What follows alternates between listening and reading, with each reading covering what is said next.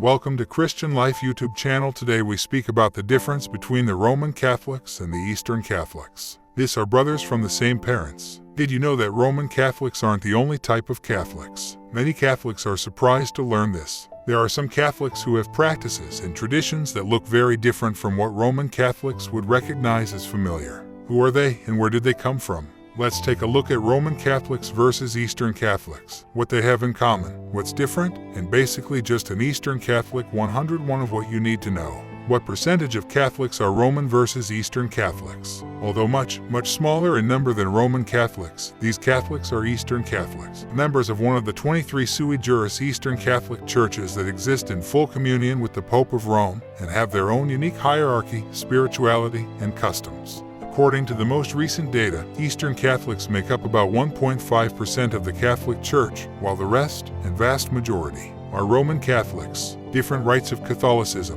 While Roman Catholics are considered part of the Latin Church and use the Roman Rite, each of the Eastern Catholic churches use one of 5 different Eastern rites: Alexandrian Rite, Armenian Rite, Byzantine Rite, East Syriac Rite, West Syriac Rite. History of Eastern Catholicism. The history of how these Eastern Catholic churches came to exist can be a bit complicated. After the apostles received the Great Commission to go, make disciples of all nations, they went to various parts of the world. The church became established in places like Rome, Constantinople, Alexandria, Antioch, and Jerusalem. Patriarchs, bishops of important church sees, were established in those places. Different practices and traditions developed in the churches of these areas. However, communion existed. Among all of them, with the Pope of Rome as the guardian of unity. Around the year 1054, tensions and disagreements had been mounting among different church authorities. Tragically, due to unfortunate misunderstandings, excommunications were issued between the Patriarch of Constantinople and the papal representative at the time. This resulted in what we call the Great Schism, when the Eastern churches and the Church of Rome became split from one another, and unity and communion no longer existed between them. An important exception to this is the Maronite Church. The Maronites are an Eastern Catholic church that used the West Syriac Rite, originating from the area around modern-day Lebanon. Although the Maronites lost communication with Rome at one point in history due to geopolitical circumstances of the time, communion was never broken, and reaffirmation of unity with Rome was made as soon as it was possible. Eventually, Christians in the West were the ones referred to as Catholics, and Christians in the East became known as the Eastern Orthodox Christians. As the centuries moved along after the Great Schism, some Eastern Orthodox churches in certain places decided to re-enter full communion with Rome. These became Eastern Catholic churches. They kept the same traditions they always had, only now they were reunited with Rome. This is why many Eastern Catholic traditions and customs look similar to the ones you'd find in an Eastern Orthodox church. Sacramental differences. One example of the difference in Eastern Catholic practice versus Roman Catholic practice is that in most Eastern Catholic churches, the sacraments of baptism, chrismation, and the Holy Eucharist are ordinarily administered at the same time, one after the other, to infants. Infants are baptized with full immersion, and immediately afterwards they also receive chrismation and their first Holy Communion. The reason for this difference goes back to the early church. While the 3 sacraments of initiation were administered together in the first few centuries of the early church, as they are in the Eastern churches today, they were ordinarily administered by the bishop. As Christians grew in number and frequent visits from the bishops were not as possible, the Eastern churches solved this problem by allowing priests to administer all these sacraments. In the Roman Church, however, confirmation began to be separated from baptism so as to maintain its connection to the bishop.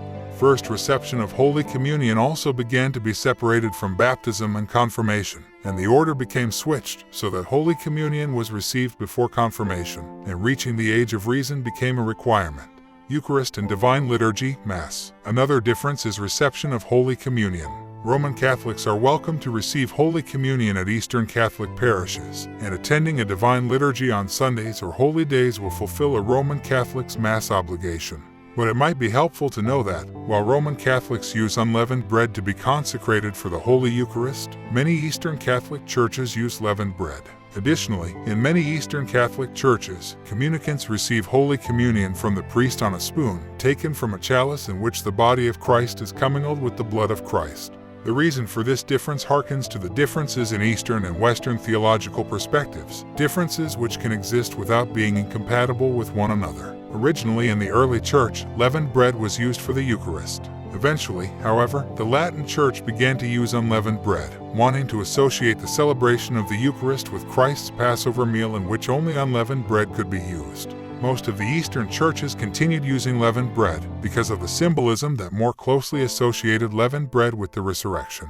Though these practices are different, shared belief in the real presence remains the same. Our churches can maintain our authentic traditions and unique perspectives on shared theological truths, while still offering mutual respect toward one another. Icons in Eastern Catholics. Another Eastern Catholic practice that differs from Roman Catholic practice is our use of iconography instead of statues or other forms of sacred art. Icons are sacred images of holy people or holy events, and they are filled with rich symbolism. Each color, shape, object, and form presented in an icon has a very specific and meaningful purpose and is painted by the iconographer according to stringent rubrics. Some may notice that icons are not painted to appear realistic, and that's on purpose. Icons are supposed to portray heavenly realities, not earthly ones, and so the particular style of an icon is very intentional. Icons are seen as windows into heaven, and though we respect Roman Catholics' use of other forms of sacred art and devotion, the imagery inside our churches is almost exclusively icons only. Can Eastern Catholic priests get married? You may also notice that many Eastern Catholic priests are married men. This can be jarring at first for Roman Catholics, who are used to priests being celibate. This long-standing tradition in the Eastern churches arose from apostolic times and has continued into the modern day. It's important to note that a priest does not marry after ordination, even if his wife dies. It simply means that, in the Eastern churches, married men are permitted to be candidates for priesthood. This tradition was actually included in the Latin Church for many centuries. However, by the 11th century, the priesthood in the Latin Church had become celibate-only for various reasons. While Eastern Catholics appreciate our tradition of married priests, we similarly respect the celibate priesthood for Roman Catholics, and also revere the practice of celibacy within our own churches, in the monks and nuns who offer their lives to God. The two lungs of the Church. The Christian East and West are sometimes seen as two lungs of the Church, both needed for the full health and well-being of Christ's Church on earth. Though Eastern Catholic traditions are different from those of the Roman Catholic Church, those differences can still exist in harmony and unity with one another, and the Eastern churches are considered to be of equal dignity to the Latin Church. As Pope John Paul II said in Ordinam Sint, the Church must breathe with her two lungs. Hopefully, increased knowledge and understanding of one another can strengthen us in this goal. Thank you so much for watching our YouTube channel. Make sure you subscribe to our channel.